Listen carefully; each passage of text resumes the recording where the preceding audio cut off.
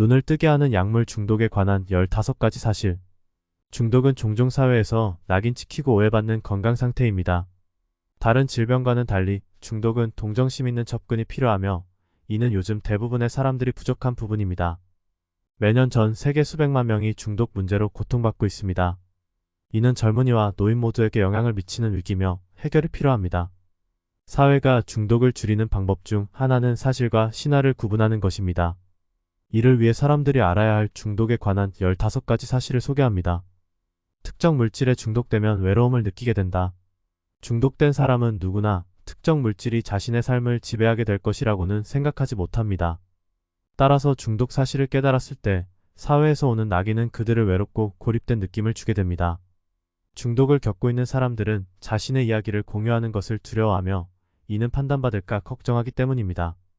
이러한 판단에 대한 두려움은 많은 사람들이 중독의 깊은 곳으로 빠져들게 만듭니다. 중독은 장기적인 상태이다. 치료할 수 있는 질병과는 달리 중독은 장기적인 상태입니다. 재활 치료를 받고 치료를 받더라도 중독자는 물질 남용에 매우 취약합니다. 중독성 약물은 뇌를 재배선하고 장기적인 의존성을 만듭니다. 그렇기 때문에 영향을 받은 사람들은 재발을 방지하기 위해 친구와 가족의 지원과 돌봄이 필요합니다. 중독은 성격 결함이나 도덕의 결여가 아니다. 중독에 대한 낙인 중 하나는 도덕의 결여나 성격 결함과 연관 짓는 것입니다. 이는 사실과 거리가 멉니다. 중독은 질병입니다. 이는 특정 약물을 남용하려는 통제할 수 없는 욕구로 이어지는 강박적 행동입니다. 중독을 극복하는 가장 좋은 방법은 이를 질병으로 치료하는 것입니다. 중독은 누구에게나 언제든지 발생할 수 있다. 중독은 인종이나 나이를 가리지 않습니다. 누구에게나 언제든지 발생할 수 있습니다. 물론 어린 나이에 약물에 노출되는 등 몇 가지 요인이 중독에 영향을 미칠 수 있지만 이 상태는 인구 통계에 의존하지 않습니다. 중독은 사회적 문제이다. 일반적인 믿음과는 달리 중독은 환자에게만 영향을 미치는 것이 아니라 사회적 문제입니다. 사랑하는 사람이 중독되면 그 영향은 가족, 친구, 그리고 지역 사회에까지 미칩니다. 가족은 정서적, 재정적으로 가장 큰 고통을 겪는 경향이 있습니다. 친구들에게도 마찬가지입니다. 사회적으로는 범죄, 실업, 그리고 의료 비용이 증가하게 됩니다. 발달 중인 정신은 중독에 더 취약하다. 청소년의 발달 중인 정신은 중독에 더 취약합니다. 그들의 신경 경로가 완전히 발달하지 않았기 때문에 물질은 뇌에 상당한 변화를 쉽게 초래할 수 있습니다. 또한 어린 나이에 물질에 노출되면 미래의 중독 패턴으로 이어질 수 있습니다. 중독자는 회복을 위해 반드시 바닥을 쳐야 하는 것은 아니다. 중독자가 회복 여정을 시작하기 위해 반드시 바닥을 쳐야 한다는 일반적인 신화가 있습니다. 이는 사실이 아닙니다. 중독이 조기에 발견되면 회복이 더 쉬워집니다. 중독자가 바닥을 칠 때까지 기다리는 것은 위험하고 예측할 수 없습니다. 중독 관련 과다복용은 미국에서 우발적 사망의 주요 원인. 중독 관련 과다복용은 미국에서 우발적 사망의 주요 원인입니다.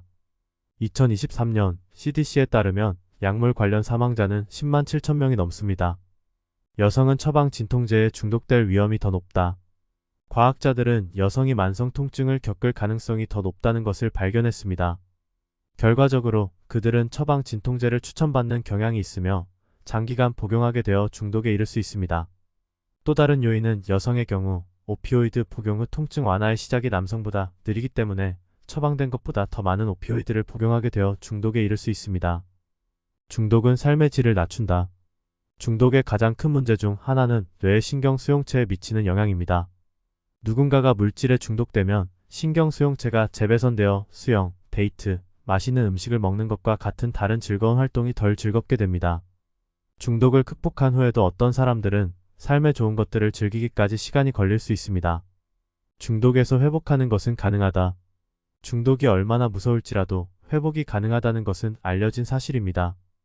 수년간 수백만 명이 중독에서 회복했습니다.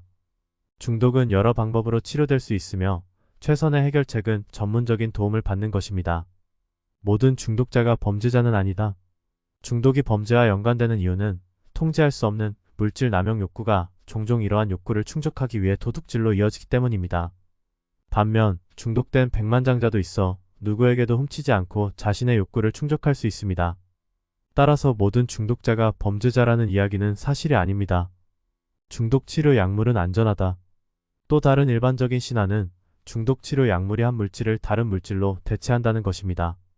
이는 완전히 잘못된 정보입니다. 중독을 치료하는 방법은 여러 가지가 있으며 그 중 하나가 약물 보조 치료입니다. 이러한 약물은 오피오이드나 헤로인과 같은 약물의 쾌감을 제공하지 않습니다.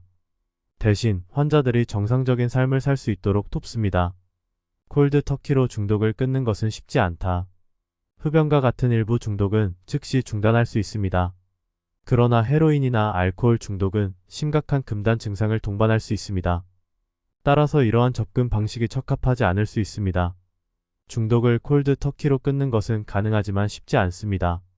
상담사의 도움을 받으면 중독자는 최선의 치료 솔루션을 쉽게 찾을 수 있습니다. 일부 사람들은 중독에 대한 유전적 소인이 있다. 과학자들은 중독에 대한 유전적 소인이 있는 사람들을 위한 물질 사용 장애라는 상태를 제시했습니다.